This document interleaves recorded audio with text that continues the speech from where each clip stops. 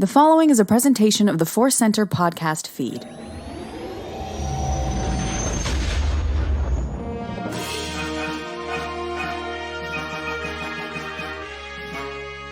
As Obi-Wan Kenobi once said, hello there, and welcome to Force Center Presents Databank Dive. I'm Cat Napzok.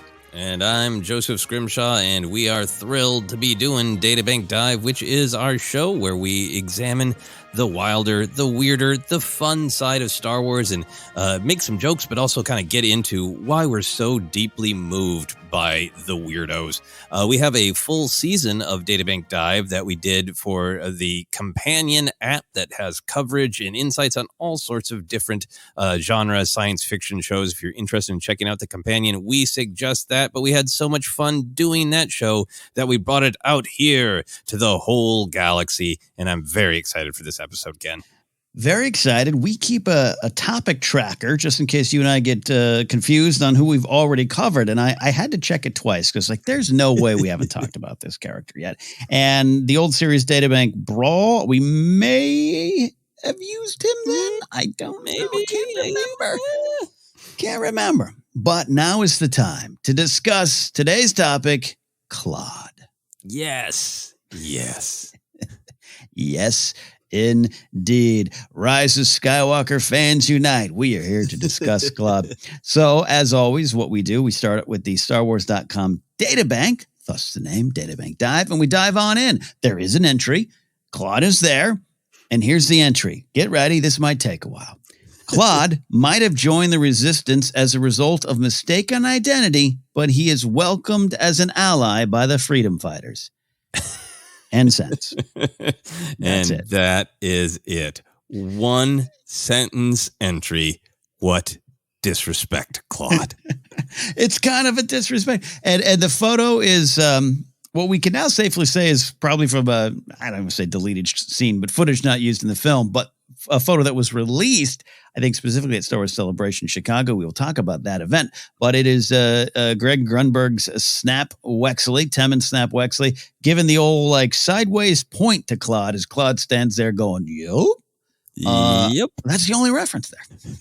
And it looks like in this image that there is perfect space for a thought bubble or a word balloon from a comic book with Snap Wexley saying, this guy over here. What about this guy, the way he's pointing with his thumb at Klaud?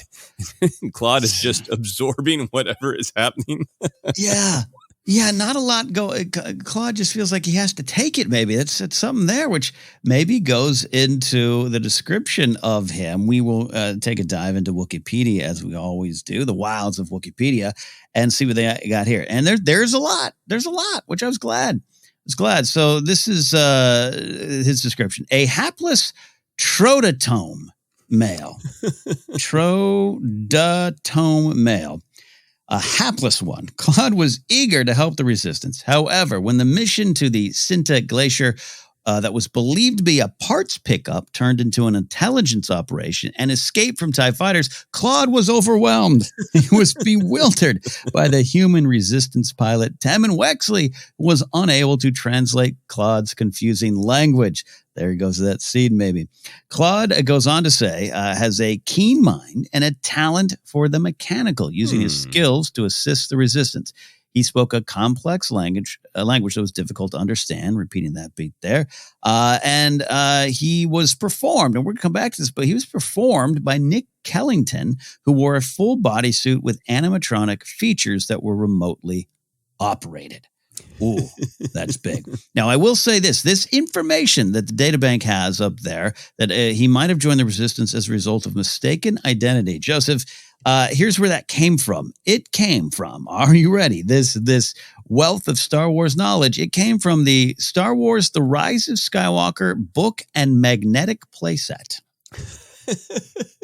That might be one of the only Rise of Skywalker books I apparently don't have. Klaud was born for magnetic playsets, so I got to check into this. It's a lot, man. It's a lot. So, hey, I just dumped a lot of information on you there. We're going to go into some stuff there. Do you have any reaction to this big picture basic information? I love when there isn't much, but Wookieepedia editors, bless their hearts, manage to make it sound like a lot, right? And there is some judgment. Klaud was overwhelmed. Is that fair? I don't know. We'll talk about. You've pointed out some words. We'll discuss. I do like the insight into what was possibly going on in that deleted scene, as you said. That Devin's like, what's he saying? What's he saying? And who's this guy? Yeah. And Claude's got that look on his face like, I feel what I said was quite clear. I don't know why Snap Wexley's not getting it. That's Snap's problem. Yeah, I love all that. There's a lot there. This is why we love doing this. This is why we love these characters. Claude just has that old kind of Kenner feel to me, and there's so much going on there. And this seems like, back in the day, he probably would have been called Thumb Man or, Slug Guy. And you and I would have been on the playgrounds of our youths just saying, do you like Slug Guy? I got his figure. I wanted Lando, but I got Slug Guy.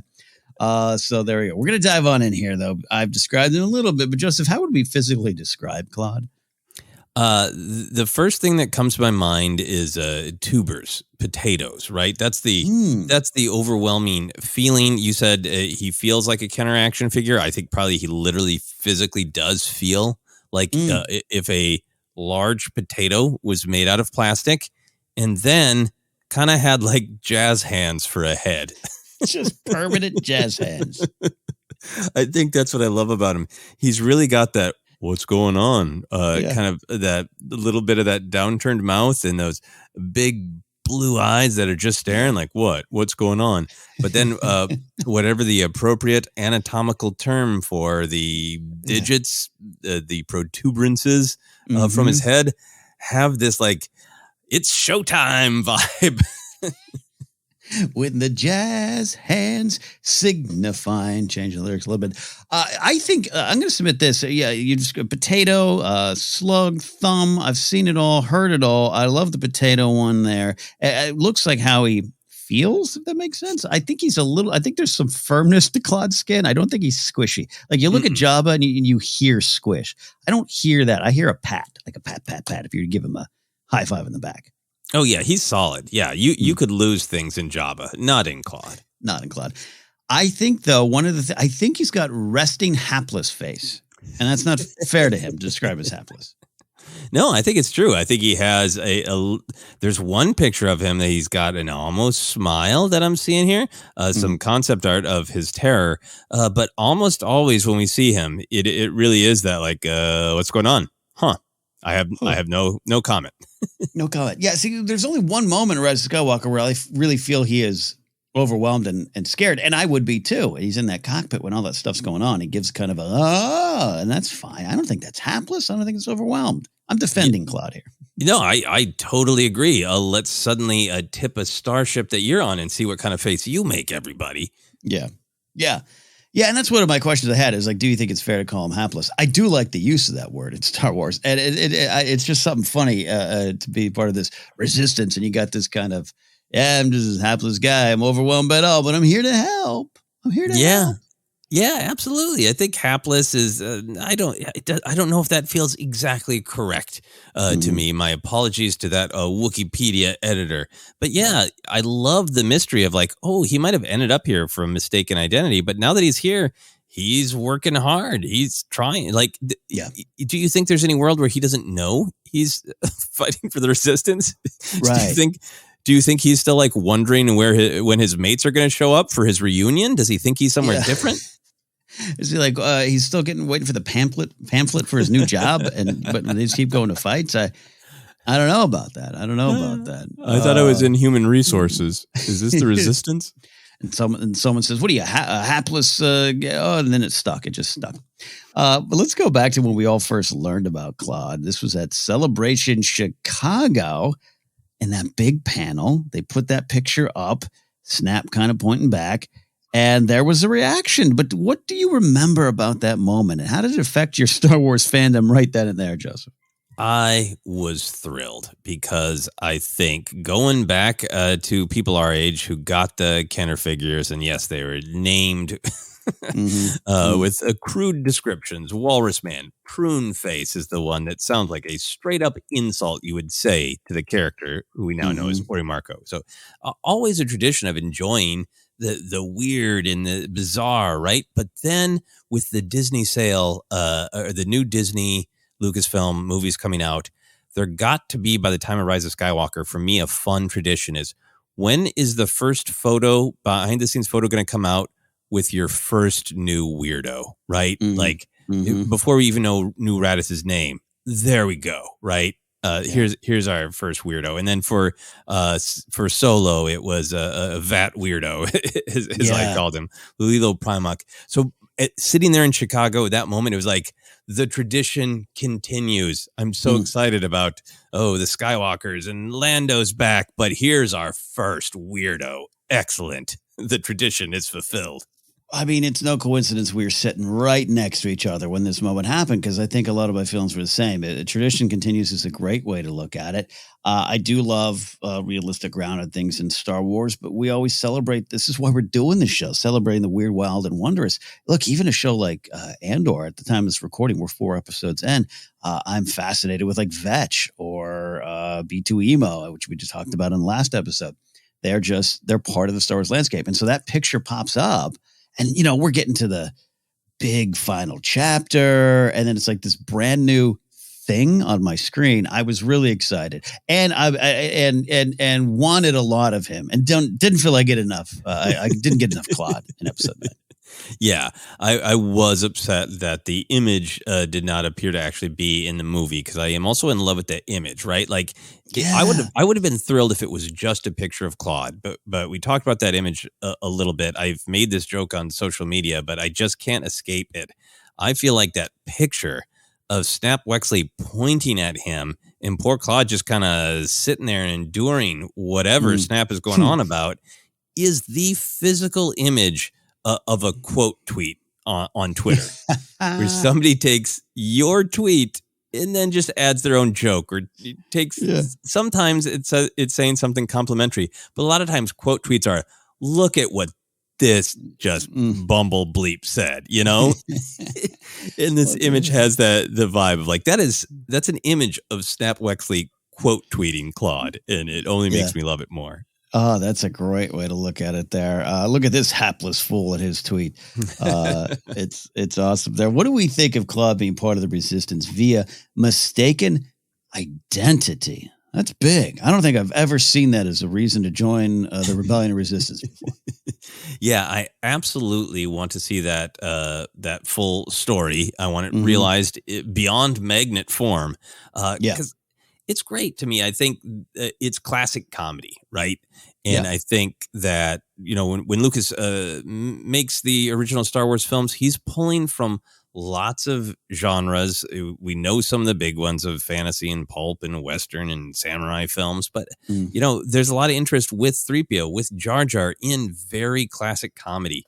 And this is such a great sort of trope of the comic figure with a good heart bumbles into something that is extremely over their head, totally out of their comfort zone, but they find a way, like this Buster Keaton, Jerry Lewis stuff, So to me, it makes this kind of like weird, great sense that it's celebrating this sort of comic spirit that is in Star Wars. Yeah, I love that. I love a good reference to like a clerical error deciding so many fates or something like that. But at the tip of the iceberg, and again, at full disclosure, have not read this Magnet playset book, so maybe some answers are there. But what's the mistaken identity? With what or whom is the resistance thinking is joining the team? Is it just another what Trototome? Trototome. There it is. Trototome. Oh, we wanted Clued. We got Klaud, or is it just something on the paper? Now I want to see Clued, the grizzled Trototome, with like an eye patch and like just a belt full of huge blasters strapped to them, scars, like totally down for the fight, mercenary Trototome. I love, yeah. There's like a Rambo Trototome out there somewhere with like a bandana, muscles, jazz hand muscles. Yeah, that's fascinating. But I love it, and I want to know more about this guy Klaud, this character Klaud. And all right, so he joins. He looks around. He gets the pamphlet. He's not in the right department, but he sticks around, and he's got something for the fight. That's big. Yeah. I mean, if indeed Klaud is his real name, and they didn't pick up somebody they thought was named Klaud. Yeah, that's understand. I really hope his name is Klaud. But everybody seems to know and like him. Finn is so supportive. Beaumont is supportive. Klaud really seems beloved, except for by Snap. I don't know what his problem is. Well, Snap, rest in peace, has some of his own issues, I think. He's got an attitude problem, as Leia tried to correct there. So that got attracts. Now, I love this. Yeah, I'd love to get a little bit more of the story. And as Star Wars storytelling continues to roll on, to have Klaud could go back a ways. We don't know his age. He could show up in season 2 of Andor, a gritty, grounded version. I'll fix your ship. As Andor points at him and says, this hapless guy I can't understand. I hope he's billions of years old. I hope that we finally get like an old Republic set trilogy. Klaud is just there. A Trototome Jedi, and it's still Klaud. The big question with these jazz hands protuberances, as you said there, protuberances, sounding like Klaud trying to talk to Snap. How do you think Klaud repairs ships? You and I have brought this question up on Force Center before. That's part of the humor. I love the humor. Mm-hmm. I love that we don't necessarily have the explanation. We have Poe kind of shouting at him to hold down some of those repairs in the Falcon in that sequence. How do you think it happens? Now, I think it's entirely possible that the head protuberances are little fingers. They look like they might got a joint in them, so he can maybe lean in and just get in there. Yeah. They're not dealy doppers, right? He's not like Elon Sleazebagano. They're a little flimsy. I think they got some strength to them. They're not flipper floppers. No, if you're gonna have a head protuberance fight between Elon Sleazebagano and Klaud would crush. Yes, for sure. Yes, there's the fight. There's the fight of the decade. I think that I kind of like the mystery. I think that he could maybe use his head fingies. Maybe his tongue is extremely powerful. Maybe he's just getting by and he headbutts things. Maybe it's one of those things if nobody kind of pays attention, but Klaud's species has a deep connection with the Force, and like he, can whisper to machinery, and then it does what it Ooh, he uses something else. Like they call it the tools. Like, do you feel the tools? I do. Yeah. Yeah. But we don't know. Maybe he can stand on his head and use his feet. Yeah, absolutely. And I don't think something emerges that we don't see, which would be an interesting side conversation. But I think it's a combination of all of it. I think you brought up the tongue. I think that's good. A good old head smash. He's got that top of his head looks like a tool itself there. It's got some antennae, a little flat. The top of the eyes. I think he could do some squishing into the repairs. Oh, yeah. Hey, actually, I forget always that his eyes are on kind of stalks. Do you think he can squeeze his eye stalks together and hold something between them? That is where he puts like a Harris wrench. Yes. Hydro spammer. Yeah, absolutely. All goes there. Well, we might never know. And quite frankly, much like Yoda's origin, I don't want to know. This is the mystery that I need to have remain. We kind of touched upon on this. We both enjoy this character. I think he's just wonderful in a silly way. But what is the magic of Klaud? What do they add to the legend of Star Wars? Yeah, I think it's just the great tradition of lovable weirdos that are just fun and different. If we're going to be in a galaxy of billions of species, then let's have fun with that, right? The original idea of the cantina in A New Hope. But I also just think that the magic of him is, in Rise of Skywalker in particular, is showing that the Resistance is expanding. And more and more people from all walks of galactic life are getting involved in that. You can have the fun with it and you can have the jokes with it. But that image, that idea look at all these different kinds of beings, it really adds up to this great Star Wars message of like different is good. You know, Mm-hmm. that you want to have different things, different ideas and perspectives. And I think Klaud can be both very fun and represent that.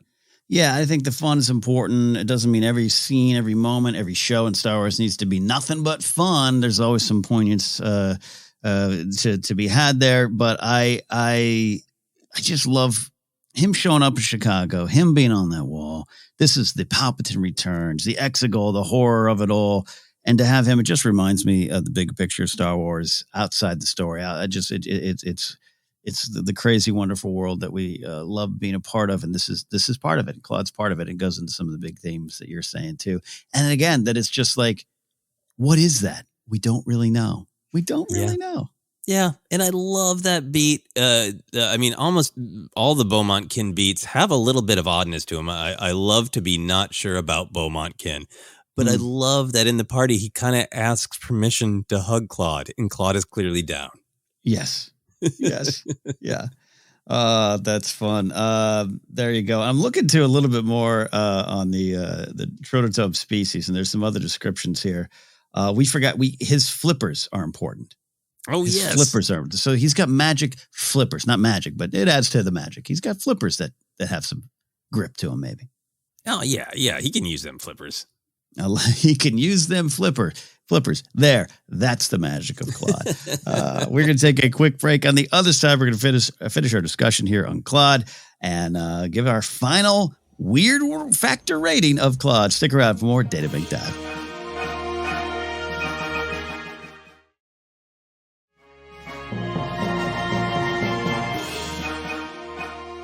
Welcome back to Databank Dive here in the Force Center podcast feed. It's our fun, wild, fast-paced show looking specifically at some from the Star Wars Databank. And today in the spotlight is Klaud, the Resistance mechanic, and I'll say it, a Resistance hero. Joseph, let's make it a little personal here. If you needed to go on an important mission in real life with Klaud, where would you deploy him? Where would you want to go? How would you use him? What's your plan of action?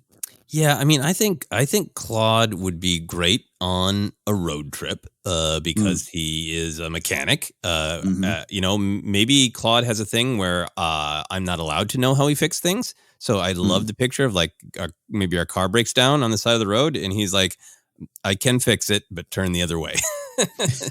You can't see. So I never know if it's the hand fingies, if it's the flippers. Who knows?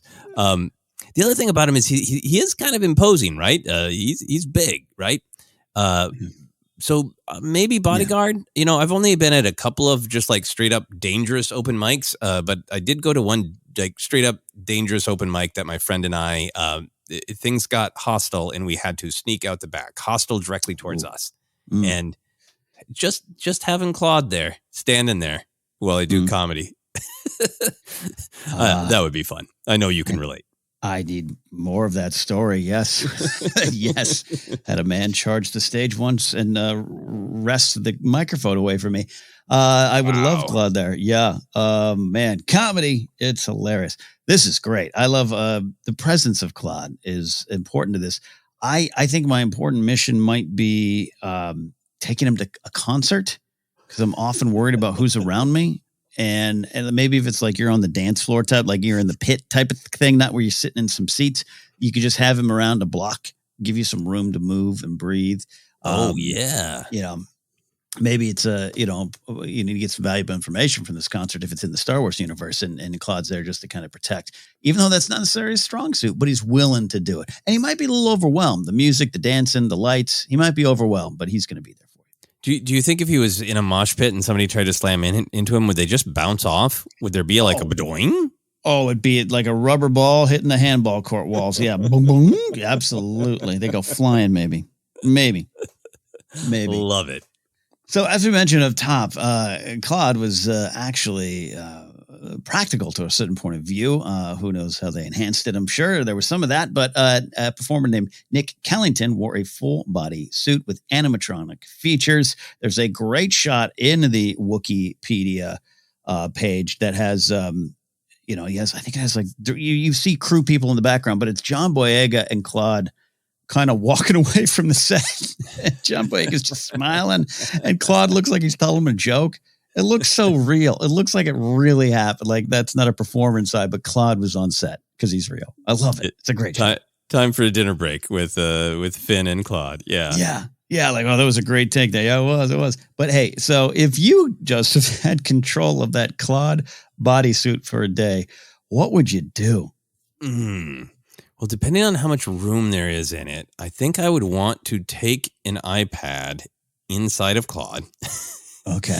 And have Rise of Skywalker loaded up so I could watch Klaud inside of Klaud. Yeah. Watch Klaud inside of Klaud. Would you watch people's reactions to Klaud? Just watch the world through Klaud's eyes. Oh yeah, and then see how people talk about Klaud when they don't think Klaud is occupied. For sure, definitely that. I've had the experience in particular once upon a time in Hollywood, the Tarantino film that has a shot of the Cinerama Dome of watching that movie inside the Cinerama Dome, and it's this. And a weird ripple went through the audience, and it was partially like, hey, cool, that's where we are. But it was also like this weird sort of existential terror of one thing being inside another thing of how where does this end? Where does this end? Are we inside there? Are we trapped in a circle of forever? Yeah. we all live in the eye of a blue-eyed giant named Macumber. Man, that's great. That's great. I think I would if it's the suit, again, it's not a real Klaud, it's the suit. If I could fit into it, that'd be fun. But I don't do pranks. I'm not that kind of person. But I would love to just put Klaud in my living room window, just staring out, curtains wide open, especially at night. Leave the lights on, and just see who reacts to it. See who reacts to it. It's weird to say in my neighborhood, there's an apartment that I saw people moving out of, right? I was driving to and from, and I was like, oh, those people moving out of that apartment, whatever. Why I paid attention, I don't know. Someone else has moved into it. The other night I was at the stop sign. The new people that moved in this apartment outside the front door have put a giant life-size horse statue in front of the door. And I've taken a picture of it. I can't understand why. I mean, it's Burbank has some kind of ranch kind of areas and a lot of horses, but we're not in that part. And so I want to do that, but with Klaud, just right there in the window. See that guy? He's got a weird potato thumb in the window. It's so weird when there's just something absolutely bizarre in a window, because on one hand, you're like, well, to put that in your window is a request for people to look at it. But then I still can't get past the, like, is it rude to stare into people's horse house and look at their horse? Right. And I would definitely have that with Klaud of like, I would be like, what? And I would take a picture. I wouldn't put it on social media because you want to respect people's privacy. But, oh, wow. Yeah. Yeah, I'll show you the horse picture privately. I'm not posting but it's bizarre, but I want to do it with Klaud. Yeah, and I guess in LA you could use them for carpool lanes, but that's cheating the system. And I don't think Klaud would agree with that. So it's not in the spirit of Klaud. Nope. All right. Final big question of the day. What is the type of Klaud merchandise the world needs? To my knowledge, don't think there's a ton out there. There might be a Lego minifig or something I'm missing, a plush. I don't know. But what does the world actually need to celebrate Klaud? Well, we definitely need a very large vintage action figure, the 3 3/4 scale, but Klaud will be bigger than that, and just really advertising everywhere about how fully articulated he is. And it's really just that you can bend all the head fingies. Yeah, definitely need that. And then a wine cork. So you can just pop Klaud out when you're ready to finish that bottle of white wine. And then watch people in your house be like, what? And then they don't get how it works, but that's the point there. Exactly. That's funny. It's funny you went wine, like wine cork. I thought we need salt and pepper shakers that are like Klaud. Because you just got to fill it up. It's just something. What is that weird? It's a salt and pepper shaker. I want a salt and pepper shaker where one is Klaud and the other is Snap pointing at him. Yes. Come on, Think Geek or whoever's still out there making that stuff. That would be great. Another thing, I don't have a pool myself, but a giant life-size Klaud pool floaty. You can just kind of lay on Klaud and go around the pool. I finally used the pool in our apartment building after living here for like 8 years, and I'm sad Klaud wasn't with me. Yeah, it's been that hot. It will drive you to do things. I wouldn't normally do that either. So I'm with you. We need Klaud in the pool with us. That'd be fun. So we'll see. We'll see if we get some Klaud merch. There's always hope. We are almost done here, but as we always like to do, we're going to rate the wild and weird factor of Klaud. Our rating is based on one of the original Star Wars weirdos, Lobot. So out of 10 Lobot heads, 1 being the least, 10 being the most, Joseph, how many Lobot heads do you give Klaud? 10, without any doubt. Full 10 Lobot heads to Klaud. Just a bizarre and fun design for an alien. The expression is full of personality and just surrounded by mystery. Klaud is a trototome of mystery. Perhaps it was a misunderstanding, but we don't know. We don't know, and the mystery just gives him shooting up on the Lobot head scale for me. Full 10. Full 10. That's a great Paul Simon song. Trototome. It's almost a case of you want to Spinal Tap it and turn it up to 11. It's almost a case. Klaud might be why the show was created. We just didn't really fully connect to that yet. I mean, he's the weirdest of the weird, man. The strangest of the strange. It is, and he's wonderful. And you're right. The mystery must be preserved. I want to be a Klaud mystery truther. I want to no, you must protect it. Yeah. When Mando season 4 has a baby Klaud, and no, I don't want to know more about the trototome species. Leave it a mystery. That's what I want to have happen. Oh my gosh. So 2 perfect 10s from both of us for Klaud. 10 perfect Lobot heads. It's the weirdest of the weird. We love it. Klaud, we love you. We're glad you're on our resistance team. We're almost out of here today. Thank you for listening to our show. We love doing this one. We had a lot of fun. Hope you all enjoy that there. If you want to find links to all things Force Center, it's pretty easy. Just go to our Twitter page, Force Center Pod, and from there you can link to a wonderful collection of things. For me, you can go to Ken Napzok or KenNapzok.com. From there, you get information on other things I do, like my Game of Thrones and Rings of Power discussion show, Casterly Talk, or upcoming stand-up comedy dates. You can go see me in New York on October 6th or 7th, La Jolla down in San Diego, mid-October, and on October 28th. Pre-Halloween show up in Seattle. So check out the website, get more ticket information. Joseph, where can they find you? Yeah, you can find me on all the social media. Twitter, Instagram, TikTok is at Joseph Scrimshaw. And you can check out my website, josephscrimshaw.com, for links to all my other stuff. If you're going to be in Portland, Oregon, I'll be at the H.P. Lovecraft Film Festival, October 7th through the 9th. With a short film I made is going to be playing, and I'll be doing some other fun stuff. So check that out. That's it for me. That is it for him. That's it for me. That's it for Klaud. We'll see you next time here on Databank Dive.